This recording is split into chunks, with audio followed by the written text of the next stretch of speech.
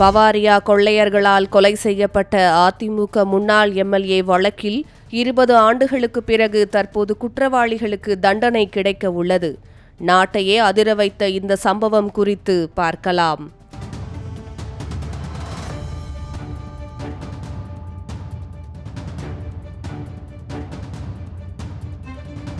ஜனவரி 8, 2005 அன்று அதிகாலை சுமார் 2:30 மணியளவில் 6 பேர் கொண்ட ஆயுதமேந்திய கொள்ளை கும்பலான பவாரியா கும்மிடிப்பூண்டி அதிமுக எம்எல்ஏ சுதர்சனம் வீட்டிற்குள் புகுந்து அவரை கொலை செய்து நகை மற்றும் பணத்தை கொள்ளையடித்து சென்றனர். இந்த சம்பவம் நாடு முழுவதும் பெரும் பரபரப்பை ஏற்படுத்தவே அப்போது முதல்வராக இருந்த ஜெயலலிதா பவாரியா கொள்ளையர்களை பிடிக்க ஐஜி ஜாங்கிட் தலைமையில் 5 தனிப்படைகள் அமைத்து உத்தரவிட்டார்.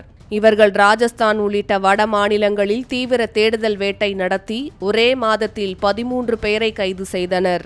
இந்த தேடுதல் வேட்டையின் போது A3, A4 நபர்களான 2 சுட்டுக் கொல்லப்பட்டனர்.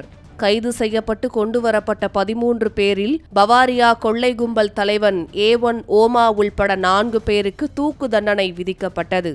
பின்னர் அது சென்னை உயர்நீதிமன்றத்தால் ஆயுள் தண்டனையாக குறைக்கப்பட்டது. அதன்படி 4 சிறையில் இருந்தபோது A1 ஓமா சிறையிலேயே உடல்நலக் குறைவால் உயிரிழந்தார்.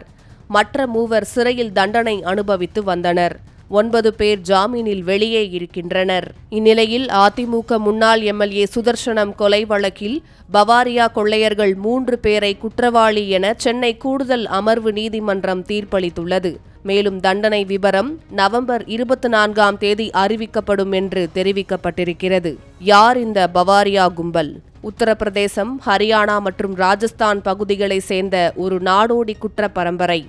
1990 முதல் 2005 வரை தமிழ்நாட்டில் தேசிய நெடுஞ்சாலைகளை ஒட்டிய பகுதிகளில் தொடர் கொலை மற்றும் கொள்ளை சம்பவங்களில் பெரும் அச்சுறுத்தலை ஏற்படுத்தினர்.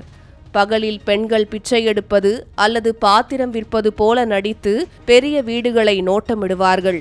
இரவில் 5 முதல் 10 பேர் கொண்ட ஆண்கள் குழு நாட்டு துப்பாக்கி, இரும்பு கோடாரிகள் போன்ற கொடூர ஆயுதங்களால் வீட்டிற்குள் புகுந்து கொள்ளையடிப்பார்கள். போலீசார் பின்தொடர்வதை தவிர்க்க தப்பிக்கும் போது ஆயுதங்களை வீசுவதும் இவர்களின் வழக்கம்.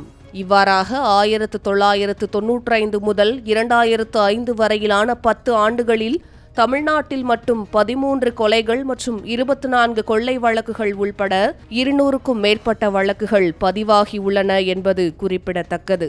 ஜீ தமிழ் நியூஸ்க்காக செய்தியாளர் தமிழரசன்.